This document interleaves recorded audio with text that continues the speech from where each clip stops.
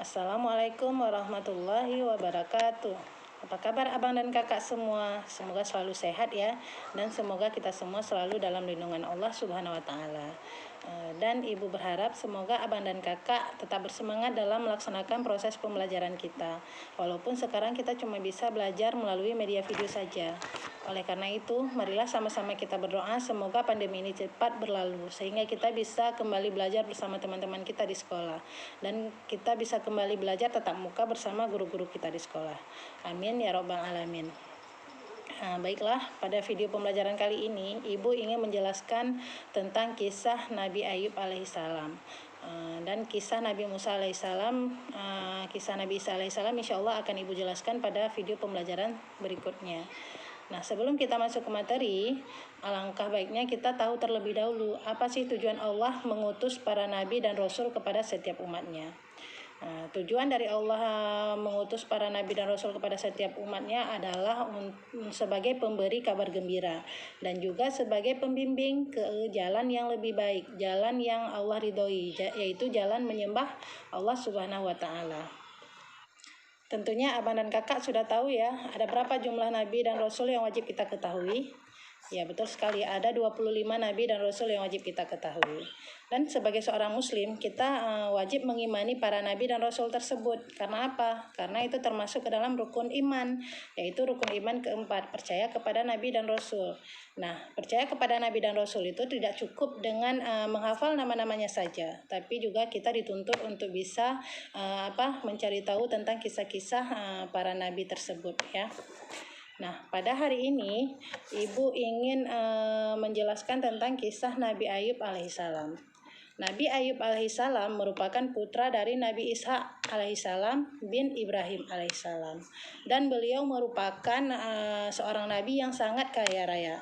Beliau memiliki banyak binatang ternak ya, seperti unta, domba, dan masih banyak binatang-binatang yang lain.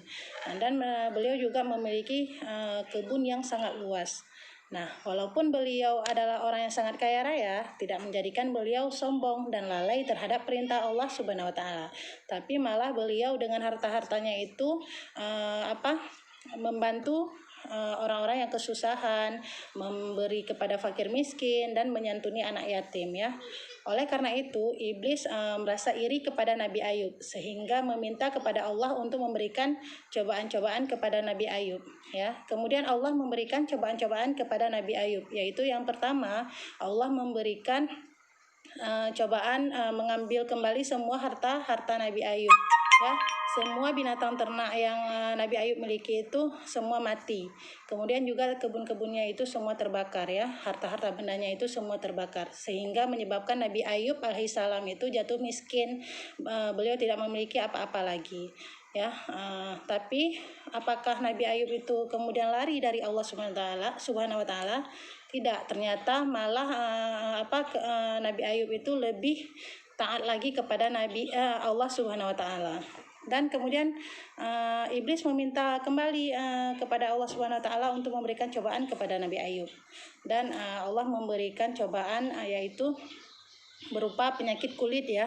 Penyakit kulit yang diderita Nabi Ayub itu sangat-sangat kronis, sangat-sangat sehingga menimbulkan bau yang sangat tidak sedap ya, sehingga banyak di antara tetangga-tetangga Nabi Ayub, keluarga-keluarga Nabi Ayub itu yang menjauh dari Nabi Ayub alaihissalam. Bahkan istrinya yang bernama Rahmah itu yang pertama-tama setia merawat Nabi Ayub, tapi lama-kelamaan karena disebabkan oleh bujuk rayu setan sehingga meninggalkan Nabi Ayub ya. Oleh karena itu Nabi Ayub sangat marah kepada istrinya dan berkata kepada istrinya, "Jika aku sembuh, aku akan memukul kamu 100 kali." Dan ketika dalam kesendirian Nabi Ayub memohon kepada Allah ya, memohon supaya penyakitnya itu diangkat oleh Allah Subhanahu wa Ta'ala. Dan firman Allah dalam Quran surah Ad ayat 42, Allah berfirman, "Hentakkanlah kakimu Kemudian inilah air yang sejuk untuk mandi dan untuk minum. Jadi Allah memerintahkan kepada Nabi Ayub itu untuk menghentakkan kaki beliau ke tanah, sehingga muncullah air yang kemudian dengan air itu Nabi Ayub alaihissalam mandi dan minum. Kemudian dengan segera penyakit-penyakit yang ada di tubuh Nabi Ayub itu segera hilang dan Nabi Ayub kembali seperti semula ya, kembali tampan. Dan oleh karena keadaan Nabi Ayub alaihissalam itu sudah kembali seperti semula, maka istrinya yang sudah lama meninggalkan beliau itu kembali kepada beliau.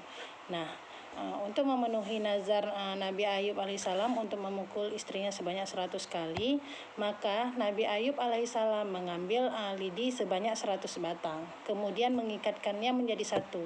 Lalu Nabi Ayub memukul istrinya itu sebanyak 1 kali ya, karena lidinya tadi udah 100 batang ya, jadi nggak usah memukul 100 kali, cukup hanya 1 kali saja. Maka gugurlah nazar Nabi Ayub alaihissalam tersebut. Kemudian Nabi Ayub alaihissalam dan istrinya kembali hidup seperti semula ya, seperti sedia kala. Nah, demikianlah kisah dari Nabi Ayub alaihissalam. Semoga kita bisa mengambil hikmah dari kisah Nabi Ayub alaihissalam tersebut. Jika kita terkena musibah atau cobaan, kita tidak boleh lari dari kewajiban kita. Kita tidak boleh mengeluh ya, tapi kita meminta kepada Allah Subhanahu wa taala. Karena apa? Allah yang memberikan cobaan, Allah jugalah yang akan menghilangkan cobaan tersebut. Allah juga yang akan mengangkat cobaan tersebut. Seperti sekarang, kita sekarang lagi lagi ada wabah corona. Nah, wabah corona itu dari siapa? Dari Allah kan?